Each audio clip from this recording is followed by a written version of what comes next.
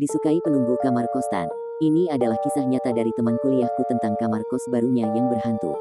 Begini ceritanya. Perkenalkan, nama Kuria. Aku mahasiswa baru yang berkuliah di salah satu universitas terkenal di kota Malang. Dan seperti mahasiswa yang berasal dari luar kota lainnya, di awal tahun berkuliah aku mencari tempat kos yang nyaman dan tidak jauh dari kampus. Singkat cerita, aku ditawari salah satu temanku tempat indekos yang tidak jauh di sekitar kampus yang menurutku sangat nyaman untuk ditinggali. Dan saya pun resmi menyewa kamar di sana. Pada mulanya tidak ada yang aneh. Saya menemui pemilik kos, dan kebetulan masih ada satu kamar kosong. Saya pun pindahan ke sana dengan dibantu ayah, adik, dan ibu untuk membawa barang keperluanku selama kuliah. Kondisi fisik kosnya pun tampak memuaskan. Bangunan itu cukup terawat dengan kamar-kamar yang nyaman dan fasilitas yang cukup lengkap untuk kebutuhan sehari-hari mahasiswa. Aku merasa beruntung telah menemukan tempat tinggal yang tampak ideal, merasa bahwa telah membuat pilihan yang tepat. Suasana kos yang tenang di siang hari memberikan kesan yang positif dan menjanjikan kenyamanan bagi masa tinggal. Dan tak terasa sudah 2 minggu saya menepati kamar kostan saya.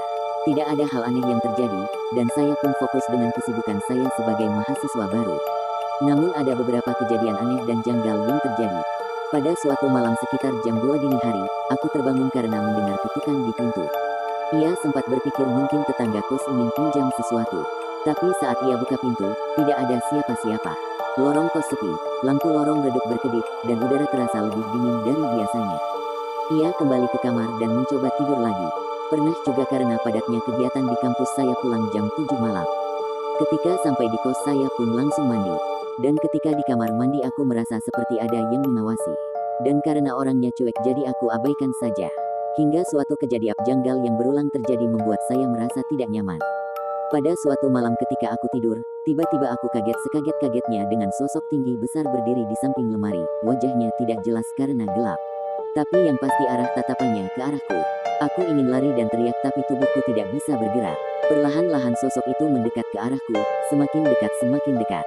Dan ketiak jarak makhluk itu hanya tinggal beberapa langkah saja tubuhku bisa digerakkan lagi. Aku teriak sejadi-jadinya. Sambil lompat dari tempat tidur dan lari menuju pintu dan kabur keluar kamar. Keributan yang kubuat sampai membangunkan Agnes yang tinggal di sebelah kamarku. Agnes menghampiriku untuk menanyakan apa yang terjadi dan menenangkan aku. Dan saking ketakutannya aku sampai aku meminta Agnes untuk menemaniku tidur.